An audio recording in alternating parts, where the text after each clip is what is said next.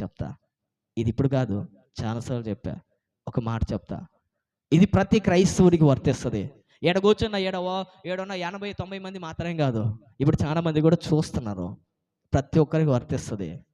ఏంటి తెలుసా? నువ్వు క్రైస్తవుడివని చెప్పుకొని మొదటి కీర్తనలో ఉన్న వాక్యము నీ జీవితంలో ఉంటే, ఆ 3 కార్యాలు నీ జీవితంలో ఉంటే, నువ్వు క్రైస్తవుగా ఉండట కంటే పూజ చేసుకోవడం బెస్ట్. రేపటి నుంచి పండగ జరగద్ది. ఏం పండగ? పూజ చేసుకోవటం బెస్ట్. బెస్ట్. నేను రాసిస్తా మీకు. Best, 100% best. ఏం పాస్టర్ ఎట్లా చెప్తున్నాడు పూజ చేసుకోమంటున్నాడు అంటే, మరి ఏం చేస్తా? నీ క్రైస్తవ జీవితం లేదు, దేవుడికి ఇష్టమైన బ్రతుకు లేదు, పరిశుద్ధత లేదు, విశ్వాసం లేదు, నిరీక్షణ లేదు. ఎప్పుడు చూడు నీ సొంత ఇష్టం చేసుకుంటా పోయే కంటే, సొంత ఇష్టం చేసుకొని దేవుడు పిలిచినప్పుడు పలకకుండా ఆయన రాకడికే నువ్వు వెళ్ళలేని పరిస్థితుల్లో, రాకడికి వెళ్ళలేవు, పరలోకమే వెళ్ళలేనప్పుడు నరకానికి వెళ్ళే బదులు నరకానికి పోతావు. లోకంలో ఉన్న వాళ్ళు నరకానికి వెళ్తాను అంటున్నావు, నువ్వు నరకానికి వెళ్తావు. వాళ్ళు సంతోషపడుతున్నారు, నువ్వెందుకు కష్టపడాలంటా నేను. అర్థమైందా? చిన్నగా చెప్తాను వినండి, ఇప్పుడు క్లియర్గా చెప్తాను వినండి. నువ్వు క్రైస్తవుడివి, దేవుడికి ఇష్టమైన మార్గమే లేదు, పరిశుద్ధత లేదు, బోర్డు మాత్రం ఉంది క్రైస్తవుడివి. ఏముంది?